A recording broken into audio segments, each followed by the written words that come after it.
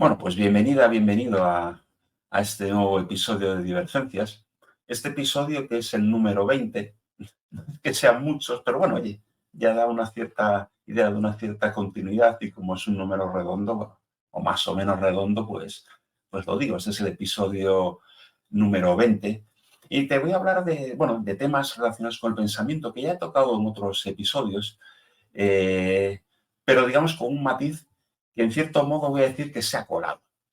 Cuando pienso un poco los episodios, lo que voy a grabar en Divergencias, bueno, pues tengo mi planificación más o menos de episodios, voy poniendo las cosas que se me van ocurriendo y casi las voy dando en el orden en que se me ocurrieron, pero esta vez me he saltado el orden y te voy a hablar de algo que pensé, o un episodio que he pensado pues ayer mismo, en el momento que grabo esto, en principio antes de ayer, en el momento en que pienso publicarlo. Pero aunque dicho así puede parecer que es algo muy puntual, algo que se me ha ocurrido, en realidad es algo que tengo en mi mente, que lo pienso con mucha frecuencia leyendo o escuchando a intelectuales y simplemente una lectura muy reciente me lo ha vuelto a traer un poco a primer plano. Y bueno, pues como te digo en el título, de alguna forma tiene que ver con el pensamiento, con la calidad del pensamiento y cómo voy a decir que por desgracia un pensamiento además proveniente de intelectuales o de presuntos intelectuales, pues muchas veces no está, vamos a decir, suficientemente bien asentado, suficientemente bien fundamentado, y por eso en el título le llamo fallido. Es un patrón que personalmente observo en muchos campos y en muchas formas de razonamiento, pero en este caso me voy a centrar en un caso muy concreto que tiene que ver con mis intereses personales, al mismo tiempo personales, pero personales profesionales, quiero decir, desde los últimos años, y que tienen que ver mucho con el pensamiento en torno a la tecnología. ¿Sí? Y en concreto, las dos áreas tecnológicas que más me interesan, casi diría que desde siempre, pero sobre todo en los últimos años, que son la inteligencia artificial y la robótica, pero vistas, en este caso, no desde el lado tecnológico, sino desde otro lado, vamos a decir, más humanístico o más, bueno, iba a decir intelectual. La tecnología también es intelectual, pero bueno, vamos a decir que desde un punto de vista no puramente tecnológico.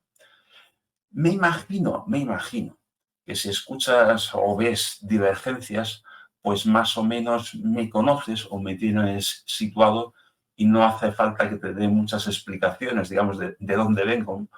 Pero en este caso, por si acaso, me parece que es importante que deje claro el contexto, el punto de vista un poco, no sé, de conocimiento, intereses o intelectual de que yo personalmente pues parto. Bueno, si no me conoces, decirte que soy ingeniero industrial en concreto. Entonces, por lo tanto, de formación vengo del mundo de la tecnología.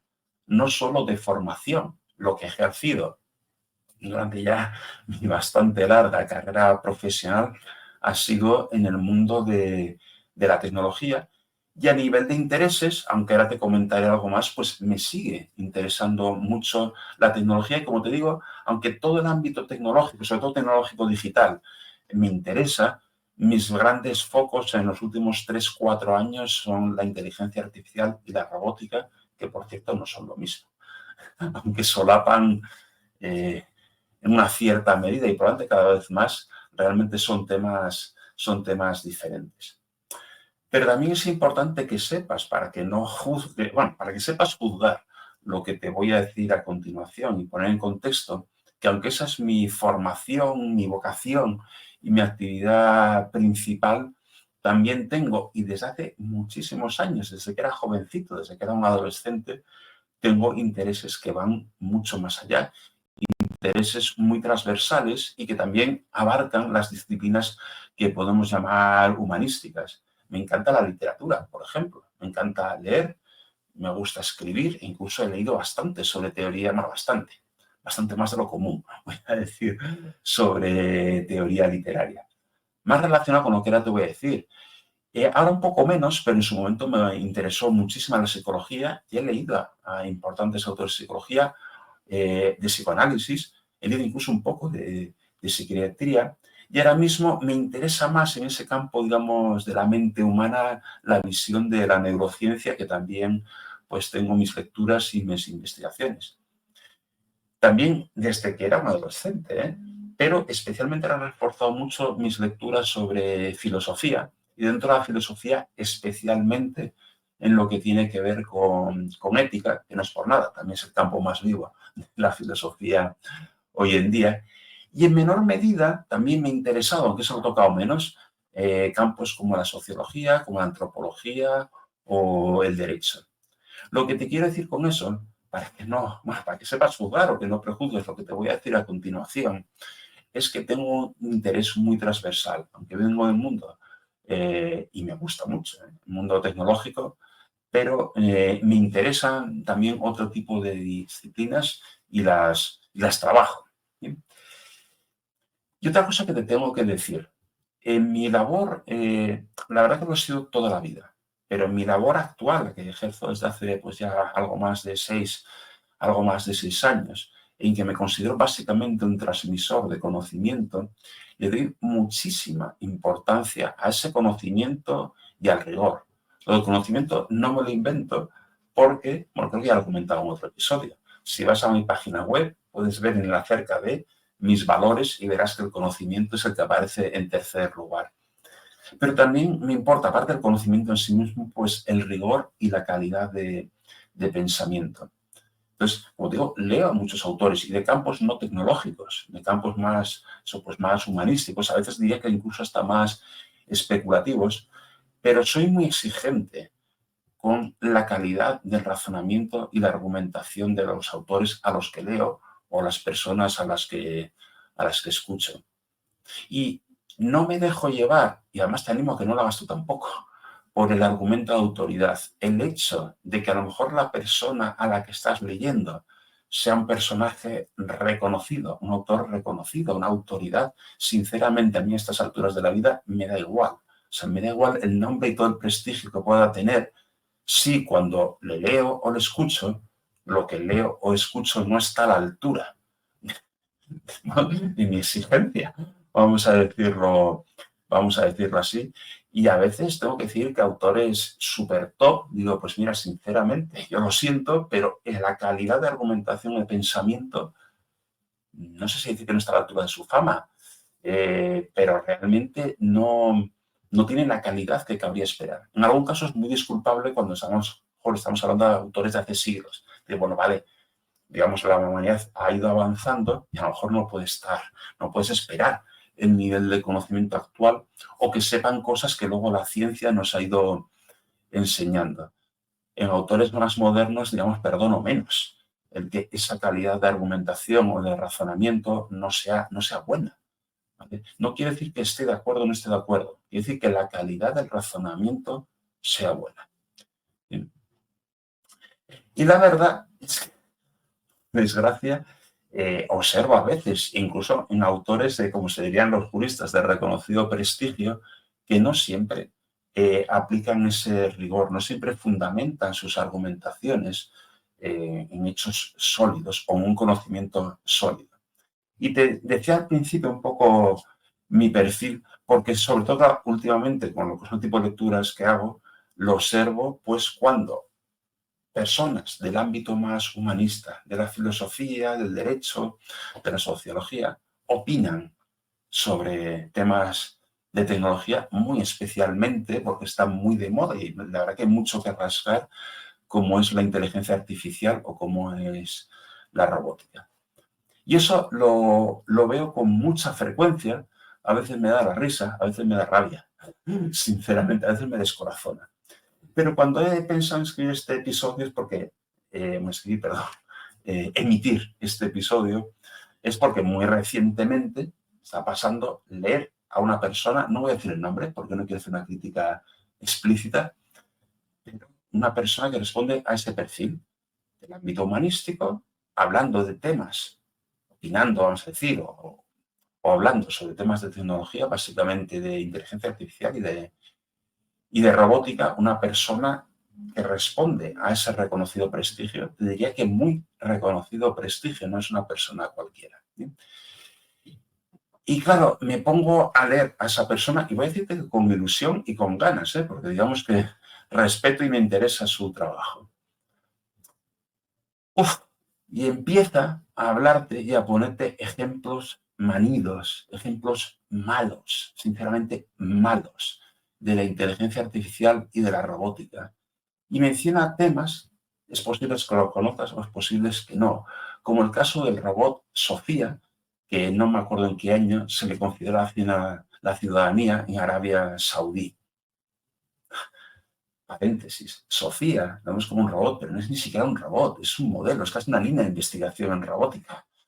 Entonces, bueno, en un país que además, como es Arabia Saudí, con lo que sabemos un poco de, comillas, respeto a los derechos humanos y específicamente a las mujeres, o sea, Sofía es un robot que de aspecto es humanoide y de aspecto es el aspecto de una mujer. De hecho, se supone, aunque creo que no lo consigue mucho, que en el aspecto intenta imitar a Audrey Hepburn.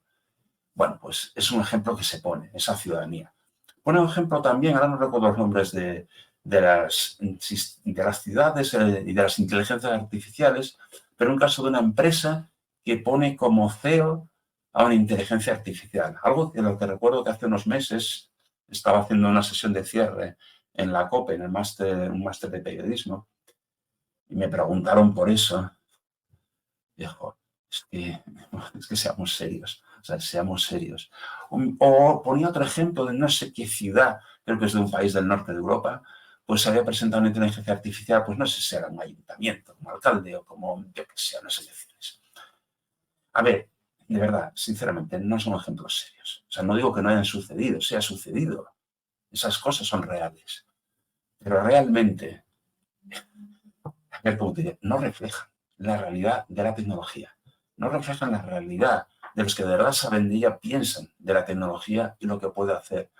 Creo que alguien que escribe sobre eso debería ser consciente, por una parte, de la parte tecnológica, dónde estamos realmente en robótica e inteligencia artificial, y por la parte de cómo se mueve el mundo empresarial, el mundo de la política. Es que, a ver, voy a decirlo, creo que se va a entender, el marketing existe, y la imagen, y el discurso, pero eso no puede ser la base para un discurso, para un análisis serio, para un pensamiento serio. De verdad, lo de ese CEO o lo de ese político de inteligencia artificial no son cosas serias. Créeme, no lo son, no lo son. Entonces, tienen sus intenciones y sus motivaciones por los dirigentes de Arabia Saudí, los de esa empresa, los que presentan a esa inteligencia artificial a unas elecciones. Pero de verdad, en serio, no puede juzgar a partir de eso, o esa es mi opinión. Cuando leí eso, pues reciente, no, que digo, es muy reciente, no pude evitar poner dos tweets.